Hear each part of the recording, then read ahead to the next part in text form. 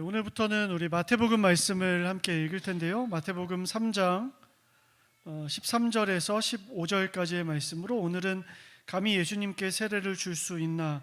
라는 제목의 말씀 함께 나누도록 하겠습니다. 우리 먼저 살아계신 하나님의 말씀을 함께 읽어야겠죠. 우리 한 목소리로 함께 봉독하도록 합시다. 함께 읽겠습니다. 그때 예수께서 요한에게 세례를 받으시려고 갈릴리를 떠나 요단강으로 요한을 찾아가셨다. 그러나 요한은 내가 선생님께 세례를 받아야 할 터인데 선생님께서 내게 오셨습니까? 하고 말하면서 말렸다. 예수께서 그에게 말씀하셨다. 지금은 그렇게 하도록 하십시오. 이렇게 하여 우리가 모든 의를 이루는 것이 옳습니다. 그제서야 요한이 허락하였다. 아멘. 지난주 목요일에 저희 아내가 저에게 이렇게 이야기했습니다. 여보, 안방에 보일러를 켤 때는 꼭 화장실 문을 닫아주세요. 안방에 있는 화장실 문을 닫고 보일러를 켜주면 좋겠습니다. 라고 이야기를 했습니다. 이유를 저는 당연히 알고 있었죠. 화장실에서 냉기가 새어나오는 거, 또 온기가 화장실 차가운 곳으로 흘러가지 않게 하기 위해서 당연하게 문을 닫는 게 옳았기 때문입니다. 아내가 저에게 다그친 것 아니었고요. 또 잘못된 것, 그른 것을 요구한 것 아니었죠. 그러나 제 속에서는 스물스물 이런 생각이 올라왔습니다. 아니, 보일러를 자기가 제때 틀어야지 잘 때 추울 것 생각도 안 하나 라는 생각이 제 안에 올라왔어요. 이 이야기를 여러분 제가 했을까요? 안 했을까요? 저는 꽤 지혜로운 사람입니다. 안 했습니다. 잘했죠? 그런데 3분에서 5분 정도 시간이 지나고 나니까 아까 제 안에서 올라왔던 생각과 다른 생각이 제 안에서 정리되기 시작했습니다. 맞다, 아내 말이 맞지. 잘 때는 그거를 기억하고 문을 꼭 닫는 게 매우 중요한 것 같아. 그래야 나와 이한이 그리고 아내도 따뜻하게 잘 수 있으니까 모두가 행복할 수 있어. 여러분, 제 행동을 살짝만 돌이키면 되는데 쓸데없는 것에 자존심을 세우려고 했던, 경쟁하려고 했던, 지지 않으려고 했던 제 마음속의 자아를 돌아봤습니다. 여러분, 저만 이렇게 살고 있습니까? 그런 것 같군요. 여러분, 아주 사소한 거고 말하기 민망한 사실이지만 우리의 삶에서는 돌아보면 내가 의롭다는 것을 꼿꼿하게 드러내기 위해서 아주 말도 안 되는 것에 우리의 마음을 뺏길 때가 종종 있다. 저는 그렇게 생각을 합니다. 하물며 정말 내가 알지 못하는 것에서도 자존심을 챙기려고 하는데 알고서 들킨 것, 창피해진 것, 피곤해진 것, 여러분, 이것에서 마음을 돌이키는 것은 정말 쉽지 않다는 것을 느낍니다. 남모르게 은근슬쩍 내가 불의하게 행동했는데 그걸 들킵니다. 그러면 창피하고 민망한 거 잠깐이고요, 제 속에서 불쑥불쑥 올라오는 저항감이 있습니다. 표현하기 싫은 자존심이 제 속에서 막 솟구쳐 올라오는 겁니다. 이거를 돌이키는 것보다, 그것보다 회피하고자 하는 욕구가 제 속에서 더 많이 새어나오는 것을 느낄 수 있어요. 여러분, 뭐 이런 거죠. 제가 분리수거를 하러 갔습니다. 분리수거를 하러 갔는데 스티로폴로 된 접시가 하나 있었어요. 그거를 플라스틱에 넣으면 안 됐습니다. 그런데 플라스틱에서 스티로폴까지의 거리가 한 3m가 됐어요. 그래서 접시 모양이고 플라스틱 같이 생겼으니까 제가 플라스틱 놓는 곳에 그 접시도 살포시 넣었습니다. 아무도 안 보겠지? 하고. 근데 등 뒤에 계시던 아주머니께서 저에게 소리를 질렀습니다. 거기 버리시면 어떡해요? 거기 플라스틱 아니잖아요. 거기 플라스틱이잖아요. 거기 스티로폴 아닌데 거기다 넣으면 어떡해요? 라고 동네방네 크게 소리 지르니까 주변에 계시던 분들이 다 저를 쳐다보기 시작했습니다. 제 대답은 죄송합니다. 제가 잘못했습니다. 줬다 놓을게요 라고 하면 되는데, 창피하고 제가 민망한 것도 잠깐이고요. 그분에게 이렇게 이야기했습니다. 저 몰라서 여기 넣습니다. 그냥 편하게 얘기해 주시면 되는데 왜 이렇게 소리를 지르십니까? 라고 얘기는 안 했지만, 저 몰라서 그랬습니다 라고 저항하기 시작했습니다. 속으로 씩씩거렸어요. 저 아줌마 넣는 거 하나하나 다 보겠다. 하나라도 잘못 넣기만 해봐라. 제 속에서 그 아줌마 만날 날만을 기다렸어요. 여러분, 환경 보호하는 거, 그거 떠나서 사회적인 약속인데 제가 불의하게 잘못 행동한 거 맞죠. 그런데 제 마음에서 그거를 회피하고자 하는 욕구가 제 속에서 막 올라왔던 겁니다. 여러분, 오늘 저의 치부에 대해서 너무 많이 노출해서 굉장히 속이 쓰립니다.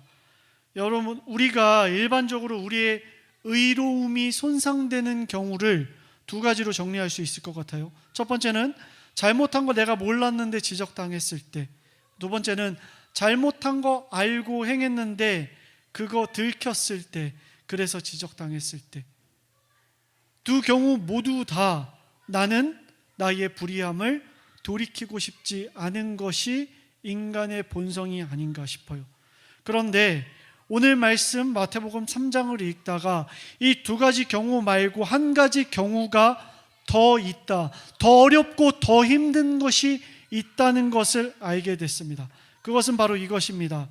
내가 여전히 지적을 당한 순간에도 의롭다는 것을 알고 있음에도 불구하고 돌이켜야 하는 경우. 왜요? 나의 어떤 의로움보다 더 큰 대의가 있기 때문에, 더 큰 의로움이 있기 때문에 내가 누명 쓸 수도 있고 오해받을 수 있음에도 불구하고 내가 나의 행동을 돌이킬 수 있는가? 여러분에게는 그 대의가 있으십니까? 우리 그리스도인에게는 모두 공통된 하나의 대의가 있죠. 바로 하나님의 나라와 하나님의 의. 그것 때문에 내가 조금 모자란 목사가 될지라도, 그렇게 비춰질지라도 괜찮아.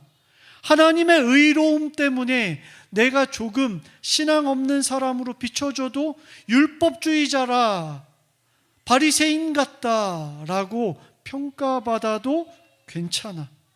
왜요? 하나님의 의를 지키는 것이 내 안에 내가 생각하는 의로움보다 더 크기 때문에. 여러분, 이거 진짜 어려운 일입니다.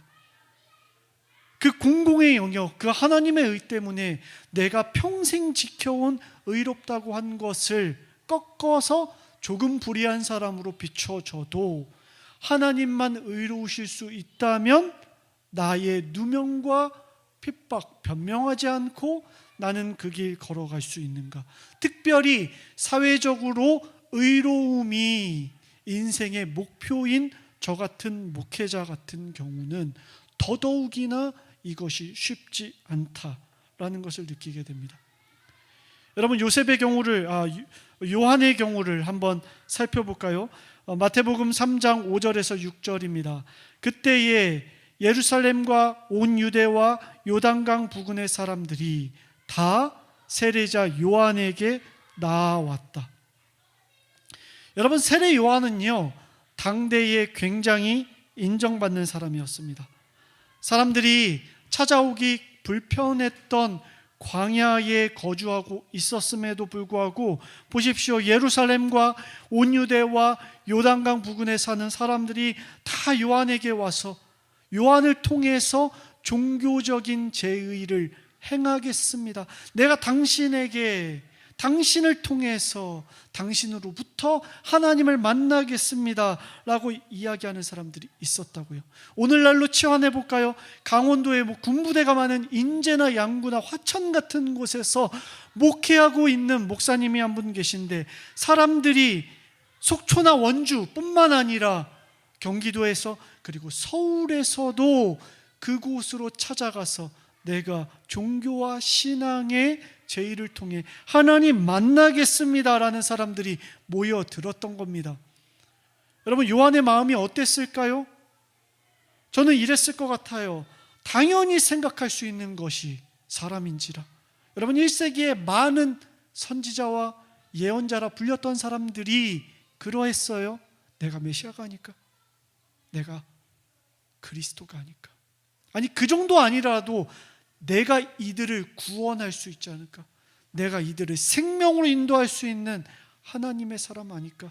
그 생각이 증폭되면 내가 그리스도가 아닐까? 내 사명이 그것이 아닐까? 라고 생각하는 것 당연한 거잖아요.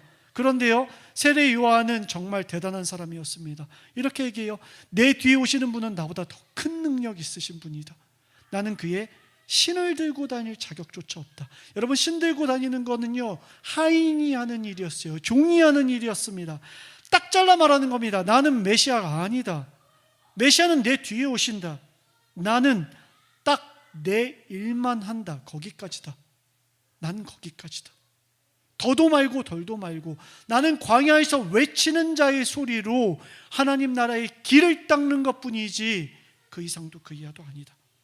여러분, 입버릇처럼 얘기했습니다. 메시아가 오신다. 하나님 나라가 가까이 왔다. 회개하여라.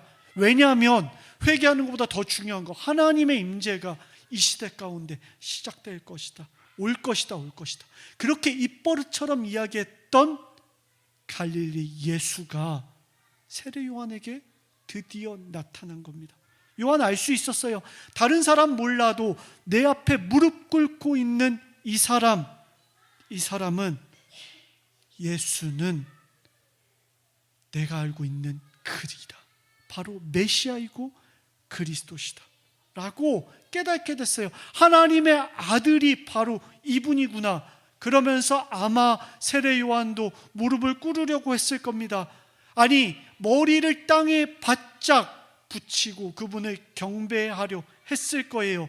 그런데 움직이려고 하는 그 세례 요한에게 메시아 되신 예수께서 이렇게 말씀하시죠. 내게 세례를 좀 베풀어 주시오. 나에게 남들이 다 하는 것처럼 세례를 받는 자리를 허락해 주시오 라고 얘기합니다. 여러분, 잘 생각하셔야 됩니다. 세례 요한도요, 욕구가 있는 인간이었어요. 그에게도 식욕이 있고 성욕이 있고 명예와 영광을 누리고 싶은 명예욕이 분명히 있었을 겁니다. 그거 꾹꾹 누르면서 하나님 앞에서 버티고 살아온 인생이었어요. 그 무엇보다 그에게는 신념이 하나 있었겠죠. 나는 절대 메시아가 아니다. 그 자리에 앉는 순간 나는 하나님과 멀어진다. 교만해지지 말자. 에돔처럼 살지 말자. 오바댜가 얘기했던 거 반드시 기억하자. 왜요? 그게 그에게는 하나님 앞에 의로움이었기 때문에, 그 한 사람이 지켜온 의가 그에게 있었다고요. 그는 평생 의인으로 살고 싶었어요. 그런데 자기가 예수님께 세례를 베풀면요, 아마도 많은 사람들이 오해하겠죠. 어머, 세례 요한을 봐. 메시아일지도 모르는 예수에게 세례를 베푸네. 갈릴리 사람 예수보다 더 훌륭할 사람인지 몰라라는 오해를 받을 수 있어요. 뿐만 아닙니다. 더 나아가 나중에 그가 메시아로 예루살렘에서 등극할 날이 반드시 올 것입니다. 그때 사람들은 요한에게 얘기할 거예요. 세례 요한은 무슨 생각으로 예수님께 세례를 줬대? 그는 보는 눈이 없는 것이 분명해. 선지자도 아니고 예언자도 아니야. 내가 그에게 세례를 받았던 것이 후회가 돼. 그는 경거망동 행동했던 사람이야. 자기가 예수님보다 높은 사람이라 생각했나 봐. 어떻게 그에게 죄사함에 세례를 줄 수가 있어? 세상 죄를 지고 가는 어린 양, 어떻게 그에게 그 오해와 그 억울함, 그거 하나 안 받으려고 꿋꿋하게 광야에서 살아왔는데 지금 자기에게 그 일을 행하라고 하는 것이거든요. 여러분, 그 오해, 그 억울함, 주님 저 못합니다. 때려 죽여도 저는 그거 못합니다. 여러분, 이게 세례 요한의 답이었어야 돼요. 여러분, 예수님의 제자 베드로 기억하시죠? 베드로가 지켜온 그 메시아에 대한 기대, 정치적 메시아, 예루살렘 성에서 로마 군인들을 다 무찌르는 그날을 그는 꿈꿨어요. 그게 하나님의 의라고 생각했어요. 그래서 예수님께서 십자가를 지시겠다고 하시자 뭐라고 얘기합니까? 절대 질 수 없습니다. 예수님의 멱살을 붙잡고 안 됩니다라고 얘기했어요. 그때 예수님 뭐라고 말씀하시죠? 사탄아 물러가라. 네가 너의 의 때문에 하나님의 의를 생각하지 않는구나 라고 말씀했습니다. 여러분, 요한이요 광야로 갔던 이유를 한 번 더 생각하면 요한의 입장이 조금 더 깊이 이해가 될 것입니다. 이스라엘 백성들에게 광야는 어떤 곳이었냐면 구원과 심판이 행해지는 곳이었어요. 하나님의 임재를 정말 날카롭게 느낄 수 있는 곳, 그곳이 바로 광야였다고요. 여러분, 인간이 먹을 것이 없어서 하나님 앞에 기도할 수밖에 없는 곳, 그래서 만나와 메추라기를 허락하시는 그 주님의 일용할 양식을 매일매일 경험할 수밖에 없던 곳, 맹수들이 공격할까봐, 도적들이 습격할까봐, 아말렉 같은 족속이 칠까봐 두려워할 때에 불기둥과 구름기둥으로 지키시는 그 하나님의 임재를 경험하는 곳, 여러분, 생명을 하나님 앞에 의탁할 수밖에 없는 벼랑 끝의 신앙, 그 신앙으로 자신을 몰고 갔던 사람, 그 사람이 세례 요한이었다고요. 생즉사 사즉생, 나는 죽기로 생명을 건지겠노라. 전적으로 하나님의 뜻을 따르기 위해서. 누군가가 세례 요한에게 인터뷰하면서 물어봤다면 당신의 인생의 목표가 무엇입니까? 다 필요 없습니다. 결혼도 필요 없고요, 재물도 필요 없고요. 저는 하나님의 의, 그거 하나만을 위해서 내 인생 살았습니다 라고 이야기하는 사람이 세례 요한이었을 겁니다. 여러분, 요한이 살았던 시대에 사실은 두 그룹이 가장 대표적이었습니다. 사두개인과 바리새인들이었죠. 그들도 하나님의 의를 위해서 살았던 사람입니다. 여러분, 사두개인들이 택했던 하나님의 의는 현실이었어요. 그들은 이야기합니다. 지금 우리가 가진 법과 질서 아래에서 하나님의 의를 구하는 것, 그게 인간이 할 수 있는 최선입니다. 사독의 자손이라 불리는 자들이, 모세 오경만 따르는 자들이, 그들이 로마의 통치하에서 그래도 우리 신앙 지켜야 되지 않습니까? 라고 하면서 현실을 붙잡았습니다. 바리새인들은 이야기했죠. 아닙니다. 율법을, 전통을 따라야 합니다. 토시 하나 지키지 말고 지킵시다. 손을 닦아야 한다면 우리 손 여기까지 닦읍시다. 팔꿈치, 손끝, 어깨까지 닦읍시다. 철저하게 지켜냅시다. 그래서 하나님의 의를 이룹시다. 여러분, 이 두 그룹은 그랬기 때문에 정치적으로 타협하는 모습을 보였고요, 또 그랬기 때문에 부모를 배신하고 사람들을 정죄하는 자리에 섰던 사람들이었습니다. 그런데 인간이기 때문에 불안한 겁니다. 내가 구원받을 수 있을까? 내가 구원받을 수 있을까? 하나님의 의를 이룰 수 있을까? 현실로, 율법으로 그거 행할 수 있을까? 그래서 이들도 몰래 세례 요한에게 갔습니다. 그 죄사함의 세례를 받기 위해서 회개한다 이야기하고 세례 요한에게 갔다고요. 그런데요, 그들이 모르는 것이 있었어요. 그들의 회개에는 죄를 고백하는 것은 있었지만 삶을 돌이키는 것, 방향을 하나님의 길로 걸어가는 것은 없었다는 사실입니다. 세례 요한이 외쳤던 메시지가 있죠. 회개하여라, 하나님의 나라가 가까이 왔다. 하나님의 통치가 지금 이 땅 가운데 시작되었으니 너희가 걸어가고 있던 길의 방향을 틀어서 이제는 하나님의 의를 위해서 다 버릴 수 있어야 한다. 그것이 현실이라면 현실 내려놔라. 그것이 율법이라면 율법 내려놔라. 부자 청년, 그것이 너가 붙잡고 있는 부유함이라면 그거 내려놔라. 그것이 무엇이든지 간에 하나님의 의보다 높아졌다면 청산해야 된다. 너가 아브라함의 혈통이라는 그 선민의식 때문에 구원을 붙잡고 있다면 그거 아니다. 오직 은혜로, 오직 믿음으로 너가 구원받을 수 있다. 바울은 이야기하죠. 빌립보서 2장 8절입니다.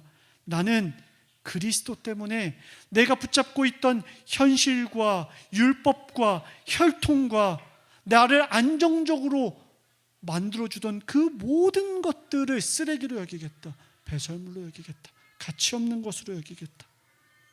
아무리 의로워 보이고 아무리 올곧아 보여도 그거 다 오물이다, 무가치한 것이다. 여러분, 세례 요한이 말한 회개는 바로 이런 것이었습니다. 물론 자기가 잘못한 것을 고백하는 고백 필요하죠. 그러나 그 이후에 삶을 하나님의 의로 맞출 수 있는 것, 매일매일 하나님께 구하면서 개혁하고 갱신해 나가는 것, 어제의 신앙을 붙잡고 살아가는 것이 아니라 지금도 내 삶 가운데 말씀하시는 그 하나님의 뜻이 무엇인가 깨어서 하나님 앞에 나오는 그리스도인이 되는 것. 여러분, 그래서요 예수님께서 이렇게 말씀하시죠. 요한아, 지금은 우리가 이렇게 하자. 너가 생각했던 거 잘못했던 거 아니다. 그거 괜찮다. 하나님 앞에 귀한 향기요 열매였다. 그런데 지금은 나를 죽음 가운데 내어줘라. 그렇게 해서 하나님의 의를 이루는 것이 옳다. 하나님의 의를 이 땅 가운데 드러내자.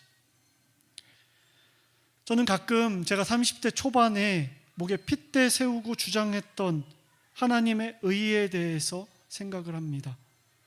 지금 돌이켜봐도 그때 이야기했던 거 틀리지 않았다고 생각합니다.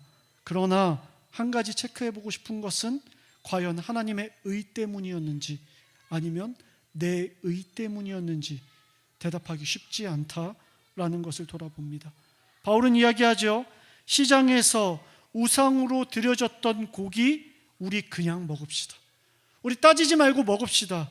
그거 하나하나 따지면서 사람들의 마음 해집고 곤란하게 만들고 힘들게 해서 낙심하게 해서 생명에서 떨어져 나가게 한다면 그거 그냥 하지 말고 조금 신앙 없는 사람으로 비춰주고 좀 모자란 사람으로 평가받아도 우리 그냥 그렇게 합시다.